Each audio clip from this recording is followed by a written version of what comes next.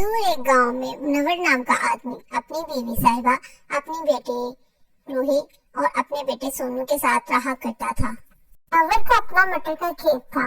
उसके खेत के मटर बड़े ही मीठे हुआ करते थे, जो पूरे गांव में सबको बड़े पसंद आया करते थे। सभी उसी के मटर खरीदना पसंद करते थे। एक रोज फसल बहुत ही अच्छी हुई है। इस बार अच्छी कमाई होगी तो मैं अपने पूरे घर की मरम्मत करवाऊंगा और घर में नया बिस्तर भी लाऊंगा ताकि तुम्हें जमीन पर ना सोना पड़े। आपका काम यूं ही चलता रहे और आप खूब तरक्की करें और हम अपने बच्चों का प्राइवेट स्कूल में दाखिला करवा सके। सच कहा तुमने। बस थोड़ा पैसा और कमा लूं तो मैं एक बड़ा सा खेत खरीद लूंगा, फिर उसमें मटर की खेती और बढ़ा दूंगा, फिर अपनी मटर की फसल शहर में जाकर बेचूंगा। अच्छा, आज मुझे मटर की कटाई भी तो करनी है, तो मैं चलता हूँ। आज काफी सारी कटाई करनी है तो मैं भी खेत में आपके साथ चलती हूँ। मुनव्वर और साहिबा खेत चले जाते हैं। उनके खेत के बगल में ही उनके पड़ोसी राजा का भी खेत था, लेकिन उसके खेत में मटर की फसल बिल्कुल भी अच्छी नहीं थी। इसकी वजह से वो मुनव्वर का खेत देखकर उससे जलता था। दोनों का खेत तो आसपास ही है, फिर इसकी खेत की फसल इतनी अच्छी और मेरी इतनी खराब। जरूर इसी ने कुछ उल्टा सीधा किया होगा मेरे खेत के साथ, तभी मेरे खेत की फसल इतनी अच्छी नहीं हुई। राजा मन ही मन में ये सोच रहा था कि वो देखता है कि मुनव्वर के खेत की तरफ एक सेठ आता है। और इस बार तुम्हारे खेत की फसल तो बड़ी अच्छी हुई है। इस बार मुझे 100 किलो मटर चाहिए। अगर तुमने किसी और को कहीं बेचा है तो इसमें से 100 किलो तुम मुझे दे दो। ठीक है साहब, वैसे भी इस बार मेरे खेत में पूरे 250 किलोमीटर की खेती हुई है। ठीक है, फिर 100 किलो मुझे भिजवा देना, और चाहिए होंगे तो बता दूंगा। ये कह के सेठ जाने लगता है तो तभी राजा, सेठ जी जरा मेरे खेत की फसल के मटर भी ले लीजिए। अच्छा, पहले टेस्ट तो करवा अपने मटर। जी ये लीजिए। राजा उसे मटर देता है और जैसे ही सेठ उसको खाता है तो बुरा सा मुंह बनाता है और कहता है, माफ करना, लेकिन मैं तुमसे ये मटर नहीं खरीद सकता। ये तो बड़े ही बेस्वाद है, इसे तो मुझसे कोई भी ग्राहक नहीं खरीदेगा। अच्छा, मैं चलता हूँ भाई। ये कह के वो वहाँ से चला जाता है। तभी राजा, तुम्हारे कारण मेरी फसल की बिक्री नहीं हो पाई। हम दोनों के खेत आसपास हैं, लेकिन इसके बावजूद भी मेरे खेत की फसल अच्छी नहीं होती। इसका मतलब तूने जरूर मेरे खेत की फसल खराब करने के लिए कुछ डाला है। ये आप कैसी बातें कर रहे हैं? मैं ऐसा क्यों करूंगा और मैं ऐसा क्यों चाहूंगा? बस बस, अब ज्यादा भोला बनने की कोशिश मत करो। मैं जानता हूँ तुमने ही कुछ किया है ताकि मेरे खेत की फसल खराब हो जाए और सब तुमसे ही मटर खरीदें। मैं कुछ कह नहीं रहा, इसका मतलब ये नहीं कि तुम कुछ भी बोलते जाओगे। मैंने हमेशा पूरी ईमानदारी से अपना काम किया है। ना तो मैंने कभी किसी का बुरा किया है और ना ही कभी किसी का बुरा सोच सकता हूँ। भाई साहब, आप जो भी सोच रहे हैं वो गलत सोच रहे हैं। इसके अलावा हमें अपनी सफाई के बारे में कुछ भी नहीं कहना है। हम जानते हैं आप परेशान हैं, लेकिन इसका मतलब ये नहीं कि आप हमें कुछ भी बोलेंगे। चलिए जी यहाँ से। ये कहकर वो वहाँ से चले जाते हैं।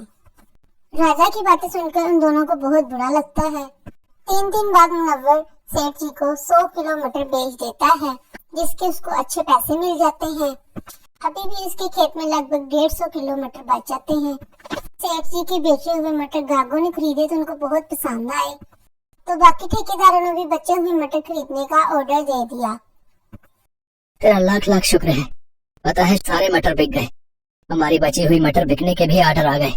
अब मैं सोच रहा हूँ कि बाकी की मटर बिकने के बाद मेरे पास जब सारे पैसे आएंगे तो उनमें से मैं कुछ पैसे राजा साहब को दे दूंगा ताकि वो फिर से अपनी फसल उगा सके। इस बार उन्हें फसल में नुकसान हुआ है तो उनके काम आ जाएंगे।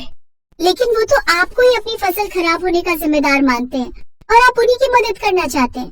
उन्होंने आपको कितना बुरा भला कहा, उसके बाद भी आप उनकी मदद करना चाहते हैं। काश वो आपके मन के भावों को समझ पाते। भले ही वो मेरे बारे में कुछ भी सोचे सुबह, लेकिन है तो वो हमारे पड़ोसी ही, तो हमें तो उनकी मदद करनी ही चाहिए।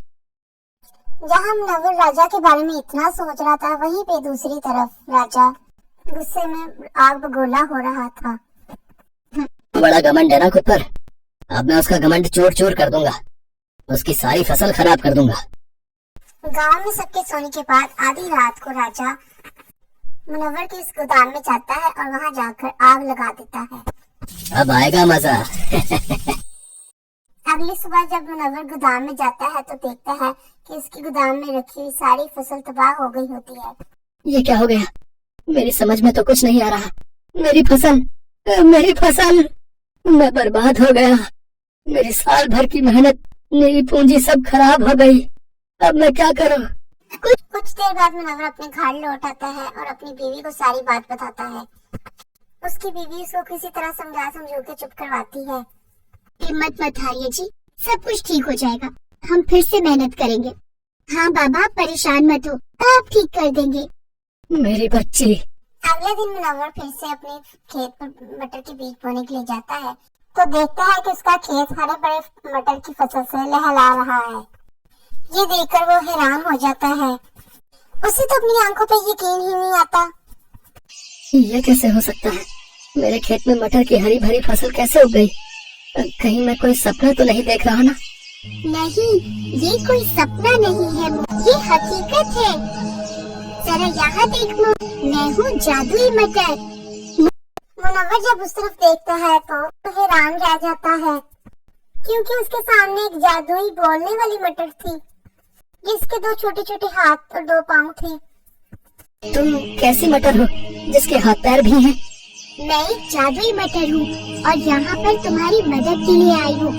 सब्जियों के लोग से कुछ समय पहले मैं तुम्हें देख रही थी। तुम्हारी पड़ोसी ने तुम्हें कितना गलत कहा, लेकिन फिर भी उल्टा तुमने उसकी मदद के बारे में सोचा। लेकिन जब उसने अपनी जलन के चलते तुम्हारी फसल में आग लगा दी तो मुझसे रहा नहीं गया। मैं तुम जैसे नेक इंसान को इस तरह मुसीबत में नहीं देख सकती, इसलिए मैं तुम्हारी मदद करने चली आई। तो ये भैया ने लगाई। कोई बात नहीं, हरी मटर मैं चाहता हूँ। जैसे तुमने मेरे खेत को हरा भरा कर दिया, ऐसे ही तुम उनके खेत को भी हरा कर दो। ये कहकर तुमने तो मेरा दिल ही जीत लिया। अगर तुम ऐसा ही चाहते हो तो ठीक है, मैं तुम्हारे कहने पर उसके खेत में भी हरे भरे मटर की जादुई फसल की पैदावार कर देती हूँ। पीछे खड़ा राजा ये सब कुछ सुन रहा था।